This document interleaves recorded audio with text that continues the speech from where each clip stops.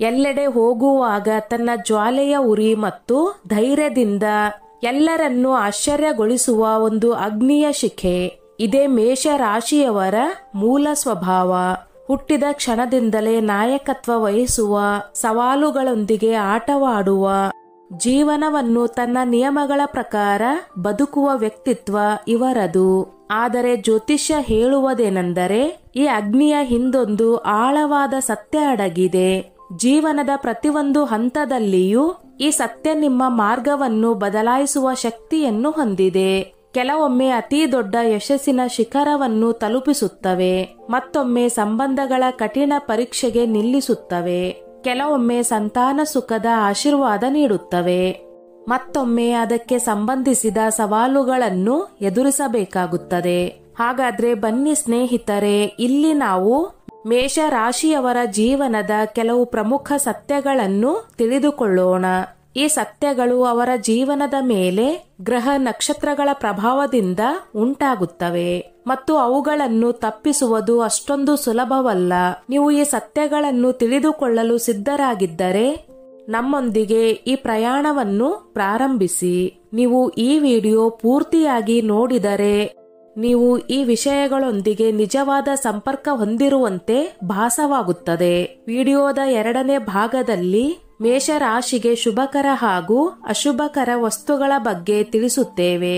ಇವು ಕಷ್ಟದ ಸಮಯದಲ್ಲಿ ನಿಮಗೆ ತುಂಬಾನೇ ಸಹಾಯ ಮಾಡುವಂತಹವು. ಸ್ನೇಹಿತರೆ, ಅದಕ್ಕೂ ಮೊದಲು ನಿಮಗೆ ಮತ್ತು ನಿಮ್ಮ ಮನೆಯ ಮೇಲೆ ಶ್ರೀ ಮಹಾಲಕ್ಷ್ಮಿಯ ಕೃಪೆ ಸದಾ ಇರಲೆಂದು ಬಯಸಿದರೆ ತಪ್ಪದೆ ವಿಡಿಯೋಗೊಂದು ಲೈಕ್ ಕೊಡಿ ಮತ್ತು ಈ ವಿಡಿಯೋ ಶೇರ್ ಮಾಡಿ. ಓಂ ಶ್ರೀ ಲಕ್ಷ್ಮೀ ದೇವಿ ಮತ್ತು ಜೈ ಶ್ರೀರಾಮ್ ಎಂದು ತಪ್ಪದೆ ಕಮೆಂಟ್ ಮಾಡಿ. 1. ಮೇಷ ರಾಶಿಯವರ ಮೊದಲ ಸತ್ಯ ಏನೆಂದರೆ ಮೇಷ ರಾಶಿಯಲ್ಲಿ ಜನಿಸಿದವರು ಅಗ್ನಿ ತತ್ವದ ಪ್ರಭಾವದಲ್ಲಿ ಹುಟ್ಟಿರುವವರು.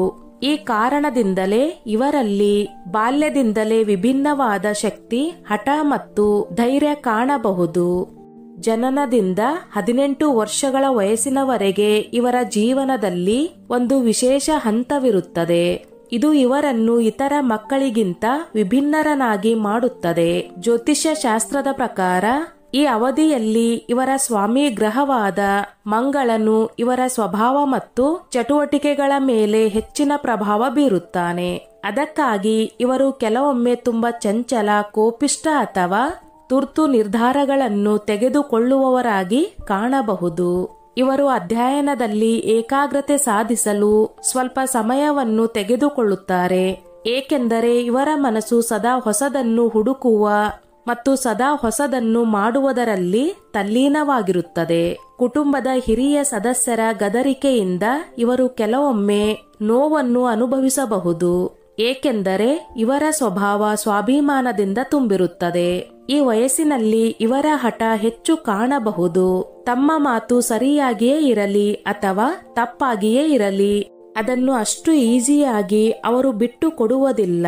ಜ್ಯೋತಿಷ್ಯ ಶಾಸ್ತ್ರ ಹೇಳುವುದೇನೆಂದರೆ ಈ ಸಮಯದಲ್ಲಿ ಇವರ ಶಕ್ತಿಯನ್ನು ಸರಿಯಾದ ದಿಕ್ಕಿನಲ್ಲಿ ಹರಿಸಲಾಗದಿದ್ದರೆ ಅಧ್ಯಯನ, ಕ್ರೀಡೆ ಅಥವಾ ಹವ್ಯಾಸಗಳಲ್ಲಿ ಸ್ಥಿರತೆ ಸಾಧಿಸಲು ಕಷ್ಟಪಡುತ್ತಾರೆ. ಆದರೆ ಈ ಅವಧಿಯ ಸಕಾರಾತ್ಮಕ ಅಂಶಗಳು ಬಹಳ ಬಲವಾದವು.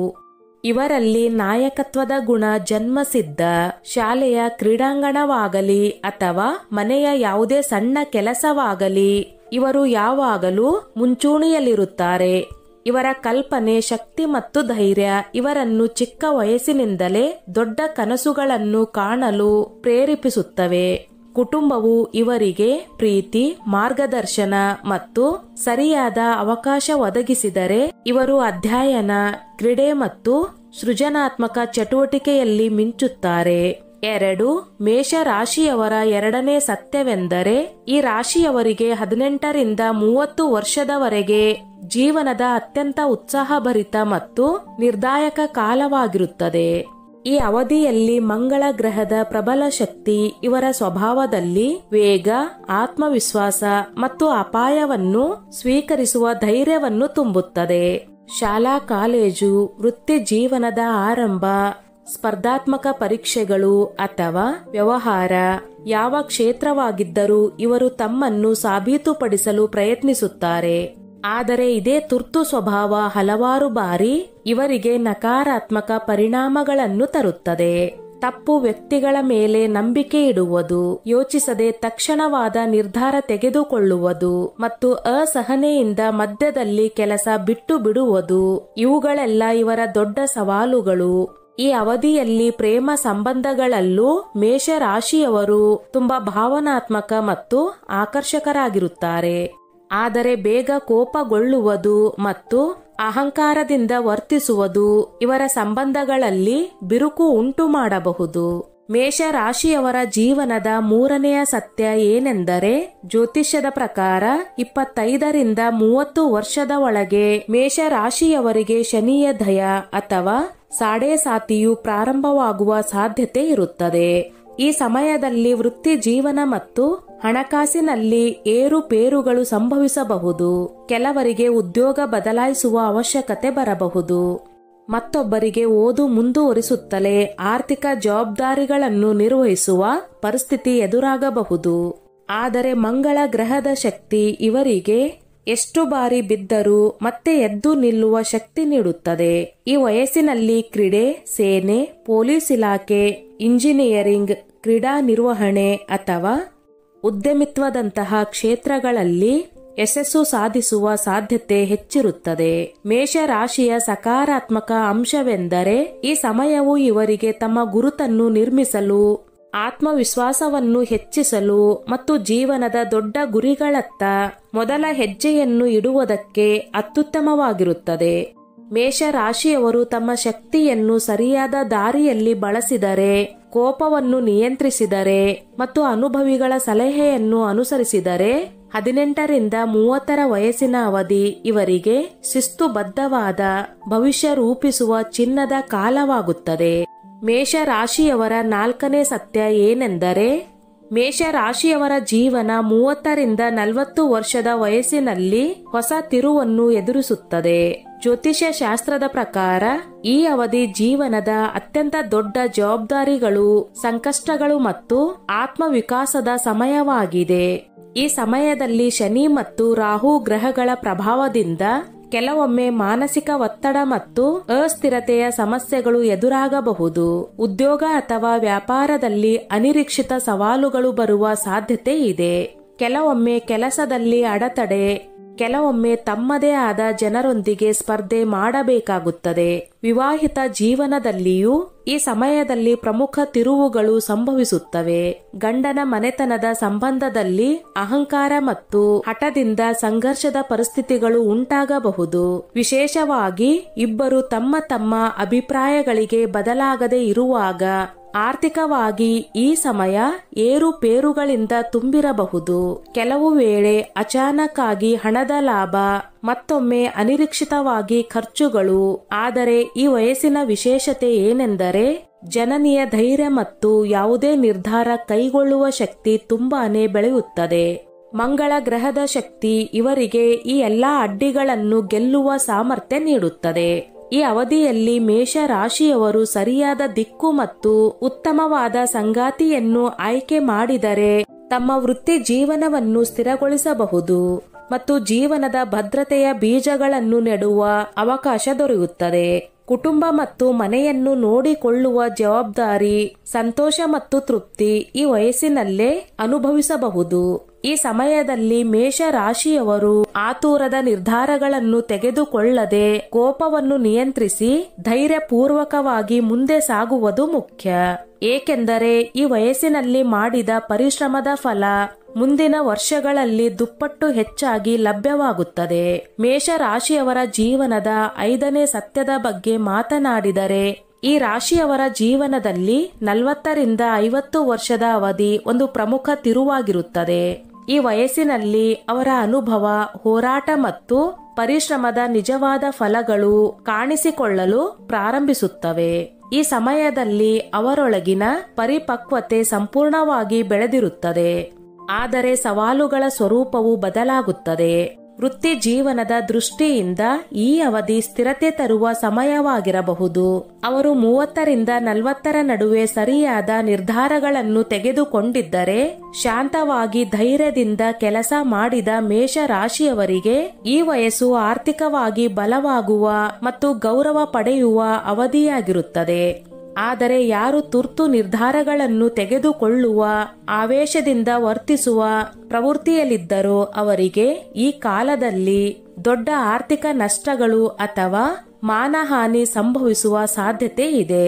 6ನೇ ಸತ್ಯವೆಂದರೆ ದಾಂಪತ್ಯ ಮತ್ತು ಸಂಬಂಧಗಳ ದೃಷ್ಟಿಯಿಂದ ಈ ಅವಧಿ ಪರೀಕ್ಷೆಯ ಸಮಯವಾಗಿರುತ್ತದೆ.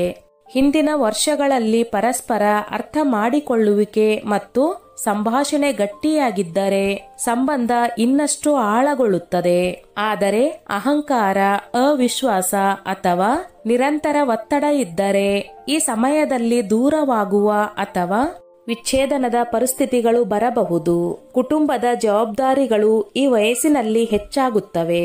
ವಿಶೇಷವಾಗಿ ಮಕ್ಕಳ ವೃತ್ತಿ ಜೀವನ, ಮದುವೆ ಮುಂತಾದ ಚಿಂತೆಗಳು ಕೆಲವೊಮ್ಮೆ ಮಾನಸಿಕ ಒತ್ತಡವನ್ನು ಉಂಟು ಮಾಡಬಹುದು. ಆರೋಗ್ಯದ ದೃಷ್ಟಿಯಿಂದ 40ರಿಂದ 50 ವರ್ಷದ ವಯಸ್ಸಿನಲ್ಲಿ ಮೇಷ ರಾಶಿಯವರಿಗೆ ಎಲುಬುಗಳು, ಸಂಧಿಗಳು ಮತ್ತು ರಕ್ತದೊತ್ತಡದ ಸಂಬಂಧಿತ ಸಮಸ್ಯೆಗಳ ಅಪಾಯ ಹೆಚ್ಚಾಗುತ್ತದೆ. ಒತ್ತಡ ಮತ್ತು ಅಸಮತೋಲಿತ ಜೀವನ ಶೈಲಿಯು ಸಮಸ್ಯೆಗಳನ್ನು ಉಂಟು ಮಾಡಬಹುದು.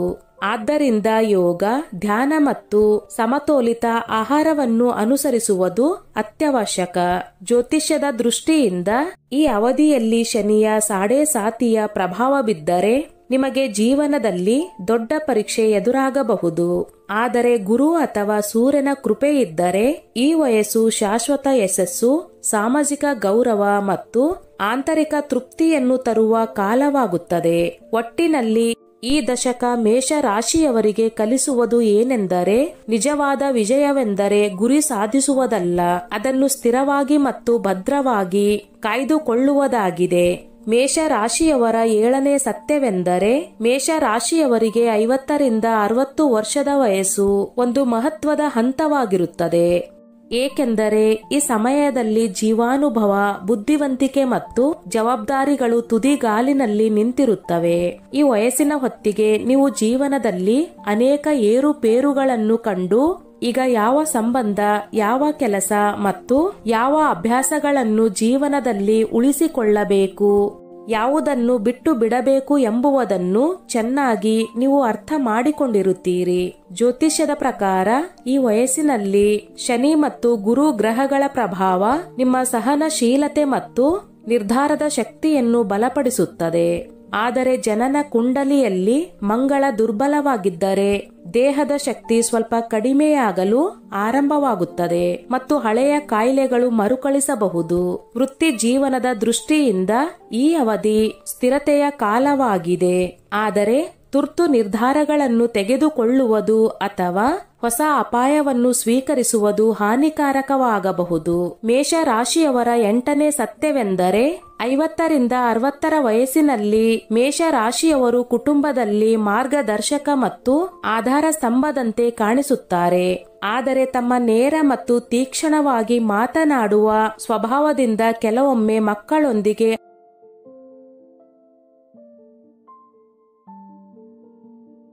ಜೀವನ ಸಂಗಾತಿಯೊಂದಿಗೆ ಭಿನ್ನಾಭಿಪ್ರಾಯಗಳು ಉಂಟಾಗಬಹುದು. ಈ ಸಮಯದಲ್ಲಿ ಮೇಷ ರಾಶಿಯವರು ಕಲಿಯಬೇಕಾದ ಮುಖ್ಯ ವಿಷಯವೆಂದರೆ ತಮ್ಮ ಅನುಭವ ಮತ್ತು ಜ್ಞಾನವನ್ನು ಕಠಿಣವಾಗಿ ಅಲ್ಲ, ಪ್ರೀತಿ ಮತ್ತು ಸಹನೆಯೊಂದಿಗೆ ಹಂಚಿಕೊಳ್ಳುವುದು. ಆರ್ಥಿಕ ದೃಷ್ಟಿಯಿಂದ ನೀವು ವೆಚ್ಚ ಮತ್ತು ಹೂಡಿಕೆಯಲ್ಲಿ ಸಮತೋಲನವನ್ನು ಕಾಪಾಡಿಕೊಂಡರೆ ಈ ಅವಧಿ ನಿಮಗೆ ಉತ್ತಮವಾಗಿರಬಹುದು. ಆಧ್ಯಾತ್ಮಿಕ ದೃಷ್ಟಿಯಿಂದಲೂ ಈ ವಯಸ್ಸು ಅನುಕೂಲಕರ. ಮಂಗಳನ ಪ್ರಭಾವದಿಂದ ಧಾರ್ಮಿಕ ಪ್ರವಾಸ, ಪೂಜೆ ಪಾಠ ಅಥವಾ ಧ್ಯಾನ ಸಾಧನೆಯತ್ತ ಆಕರ್ಷಣೆ ಹೆಚ್ಚಾಗುತ್ತದೆ. ನೀವು ಈ ಅವಧಿಯಲ್ಲಿ ನಿಮ್ಮ ಶಕ್ತಿಯನ್ನು ಸಕಾರಾತ್ಮಕ ದಿಕ್ಕಿನಲ್ಲಿ ಬಳಸಿದರೆ ನಿಮ್ಮ ಆರೋಗ್ಯ ಮತ್ತು ಮಾನಸಿಕ ಶಾಂತಿ ಕಾಪಾಡಲ್ಪಡುವುದಲ್ಲದೆ ನಿಮ್ಮ ಕುಟುಂಬವೂ ಸಹ ನಿಮ್ಮ ಸಾನ್ನಿಧ್ಯದಲ್ಲಿ ಸಂತೋಷ ಮತ್ತು ಭದ್ರತೆಯನ್ನು ಅನುಭವಿಸುತ್ತದೆ.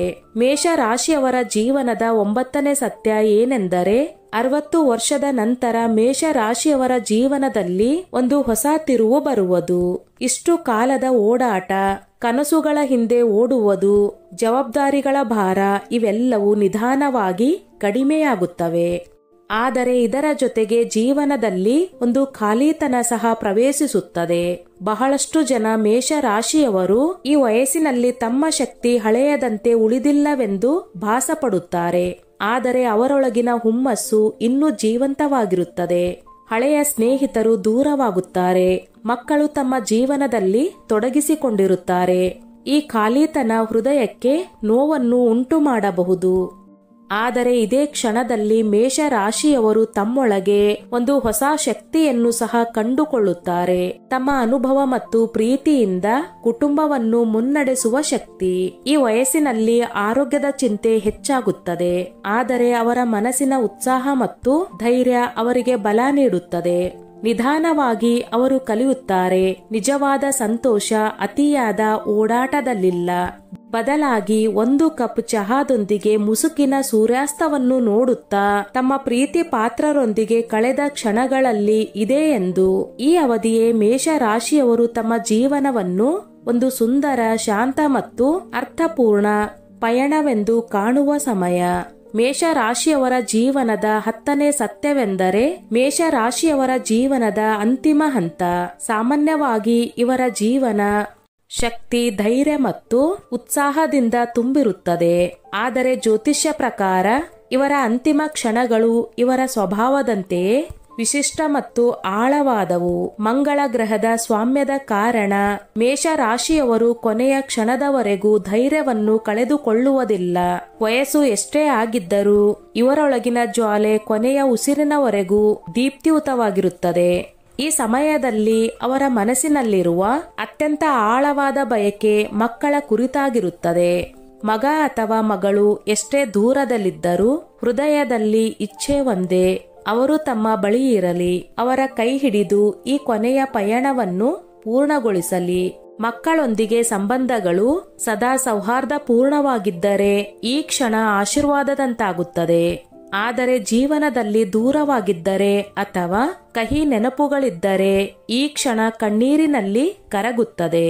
ಮೇಷರಾಶಿಯವರು ತಮ್ಮ ಅಂತಿಮ ಕ್ಷಣಗಳಲ್ಲೂ ತಮ್ಮ ಮಕ್ಕಳಿಗಾಗಿ ಏನಾದರೂ ಒಳ್ಳೆಯದನ್ನು ಮಾಡುವ ಆಸೆ ಹೊಂದಿರುತ್ತಾರೆ. ಅದು ಆಶೀರ್ವಾದವಾಗಿರಲಿ ಅಥವಾ ಕೊನೆಯ ಸಲಹೆಯಾಗಿರಲಿ. ಅವರ ಮನಸ್ಸು ಯಾವಾಗಲೂ ತಮ್ಮ ಮಕ್ಕಳ ಜೀವನ ಧೈರ್ಯಶಾಲಿ, ಸತ್ಯನಿಷ್ಠ ಹಾಗೂ ಶಕ್ತಿಶಾಲಿಯಾಗಿರಲಿ ಎಂದು ಬಯಸುತ್ತದೆ. ಜ್ಯೋತಿಷ್ಯ ಶಾಸ್ತ್ರದ ಪ್ರಕಾರ ಮೇಷರಾಶಿಯವರು ವಿದಾಯ ವಹಿಸುವಾಗ ಅವರ ಮುಖದಲ್ಲಿ ಸಾಮಾನ್ಯವಾಗಿ ಒಂದು ಶಾಂತತೆ ಕಾಣಿಸುತ್ತದೆ. ಅದು ನಾನು ನನ್ನ ಯುದ್ಧವನ್ನು ಗೆದ್ದಿದ್ದೇನೆ, ಈಗ ಈ ದೀಪವನ್ನು ನಿನ್ನ ಕೈಗೆ ಕೊಡುತ್ತಿದ್ದೇನೆ ಎಂಬಂತೆ ತೋರುತ್ತದೆ. ಜ್ಯೋತಿಷ್ಯ ಶಾಸ್ತ್ರದ ದೃಷ್ಟಿಯಿಂದ ಅಂತ್ಯದ ಸಮಯದಲ್ಲಿ ಸೂರ್ಯ ಅಥವಾ ಮಂಗಳ ಅಶುಭ ಭಾವದಲ್ಲಿ ಇದ್ದರೆ ಈ ವ್ಯಕ್ತಿಗಳು ದೊಡ್ಡ ಕಾಯಿಲೆ ಅಥವಾ ಆಕಸ್ಮಿಕ ದೈಹಿಕ ದೌರ್ಬಲ್ಯವನ್ನು ಎದುರಿಸಬೇಕಾಗಬಹುದು. ಅದರಲ್ಲೂ ಮಂಗಳನ ಬಲವಾದ ಪ್ರಭಾವವು ಇವರಿಗೆ ಕೊನೆಯ ಉಸಿರಿನವರೆಗೂ ಹೋರಾಡುವ ಶಕ್ತಿ ನೀಡುತ್ತದೆ. ದೇಹ ದುರ್ಬಲವಾಗಬಹುದು, ಆದರೆ ಮನಸ್ಸು ಒಳಗಿನಿಂದ ಶಕ್ತಿಶಾಲಿಯಾಗಿಯೇ ಇರುತ್ತದೆ. ಇದರ ನಂತರ ಒಂದು ಅನನ್ಯ ಮೌನ ಇಳಿಯುತ್ತದೆ. ಆತ್ಮವು ತಾನು ಬ್ರಹ್ಮಾಂಡದೊಂದಿಗೆ ಲೀನವಾಗಲು ಸಿದ್ಧವಾಗುತ್ತಿರುವಂತೆ ಮುಖವು ಶಾಂತವಾಗುತ್ತದೆ. ಎಲ್ಲಾ ಹೋರಾಟಗಳು ಮುಗಿದಂತಾಗುತ್ತದೆ ಮತ್ತು ಈಗ ಒಂದು ದಿವ್ಯ ಆಲಿಂಗನಕ್ಕಾಗಿ ಕಾದಂತಾಗುತ್ತದೆ. ಮೇಷರಾಶಿಯವರು ತಮ್ಮ ಅಂತಿಮ ಕ್ಷಣಗಳಿಗೆ ತಲುಪಿದಾಗ ಅವರೊಳಗೆ ಒಂದು ವಿಚಿತ್ರವಾದ ಸನ್ನಿವೇಶ ಇಳಿಯುತ್ತದೆ. ಇದು ಭಾವನಾತ್ಮಕವಾಗಿಯೂ ಪವಿತ್ರವಾಗಿಯೂ ಇರುತ್ತದೆ, ಏಕೆಂದರೆ ಇದು ಅಂತ್ಯವಲ್ಲ, ಆದರೆ ಒಂದು ಹೊಸ ಪ್ರಯಾಣದ ಆರಂಭ. ಮೇಷರಾಶಿಯವರ ಅಗ್ನಿ ಮತ್ತೆ ಹೊಸ ಜೀವನದಲ್ಲಿ ಜ್ವಾಲಿಸಲು ಹಿಂತಿರುಗುವ ಕ್ಷಣ. ಮೇಷರಾಶಿಯವರ 11ನೇ ಸತ್ಯವೆಂದರೆ ಮೇಷರಾಶಿಯ ಪ್ರಿಯ ಜನರೇ, ನಿಮ್ಮ ಜೀವನ ಎಷ್ಟು ಬಿರುಗಾಳಿಗಳಿಂದ ಸಾಗಿದರೂ ನಿಮ್ಮೊಳಗಿನ ಅಗ್ನಿ ಎಂದಿಗೂ ಆರದು. ನೀವು ಕಷ್ಟಗಳಲ್ಲಿಯೂ ಧೈರ್ಯದಿಂದ ದಾರಿಯನ್ನು ತೆರೆದಿದ್ದೀರಿ ಮತ್ತು ಇದೇ ನಿಮ್ಮ ದೊಡ್ಡ ಸಂಪತ್ತು. ಕಾಲ ಎಷ್ಟು ಕಠಿಣವಾಗಿದ್ದರೂ ಸಹ ಭಾಗ್ಯವು ನಿಮಗೆ ನಿಮ್ಮ ಶಕ್ತಿಯನ್ನು ತೋರಿಸಲು ಮತ್ತೆ ಮತ್ತೆ ಅವಕಾಶ ನೀಡುತ್ತದೆ. ಸಂಬಂಧಗಳಲ್ಲಿ ಉಂಟಾದ ಬಿರುಕುಗಳನ್ನು ಸಹ ನಿಮ್ಮ ಸತ್ಯ ಹೃದಯ ಮತ್ತು ಸತ್ಕರ್ಮಗಳಿಂದ ತುಂಬಬಹುದು. ಸಂತಾನ, ಕುಟುಂಬ, ವೃತ್ತಿ ಜೀವನ ಪ್ರತಿಯೊಂದು ಕ್ಷೇತ್ರದಲ್ಲಿಯೂ ನಿಮ್ಮ ಪರಿಶ್ರಮದ ಫಲ ಅಂತಿಮವಾಗಿ ನಿಮಗೆ ಹೆಮ್ಮೆ ತರುತ್ತದೆ. ಗಮನದಲ್ಲಿರಲಿ, ನೀವು ಜನ್ಮತಃ ನಾಯಕತ್ವ ಮತ್ತು ಹೋರಾಟದಲ್ಲಿ ಜಯ ಸಾಧಿಸಲು ಹುಟ್ಟಿದ್ದೀರಿ. ಬರುವ ದಿನಗಳು ನಿಮ್ಮ ಜೀವನಕ್ಕೆ ಹೊಸ ಸಾಧ್ಯತೆಗಳು ಮತ್ತು ಗೆಲುವಿನ ಕಥೆಗಳನ್ನು ತರುತ್ತವೆ. ನಿಮ್ಮ ಮೇಲೆ ನಂಬಿಕೆಯನ್ನು ಉಳಿಸಿಕೊಂಡಿರಿ, ಏಕೆಂದರೆ ಮೇಷ ರಾಶಿಯ ಜನರ ನಿಜವಾದ ಶಕ್ತಿ ಅವರ ಒಳ್ಳೆಯ ಉದ್ದೇಶಗಳಲ್ಲಿ ಅಡಗಿಕೊಂಡಿರುತ್ತದೆ. ಇವಾಗ ಬನ್ನಿ ಸ್ನೇಹಿತರೆ, ಮೇಷ ರಾಶಿಯವರಿಗೆ ಶುಭ ಹಾಗೂ ಅಶುಭ ವಸ್ತುಗಳು ಮತ್ತು ಗ್ರಹ ಶಾಂತಿ ಉಪಾಯಗಳು ಯಾವ್ಯಾವು ಎಂಬುದನ್ನು ತಿಳಿಯೋಣ.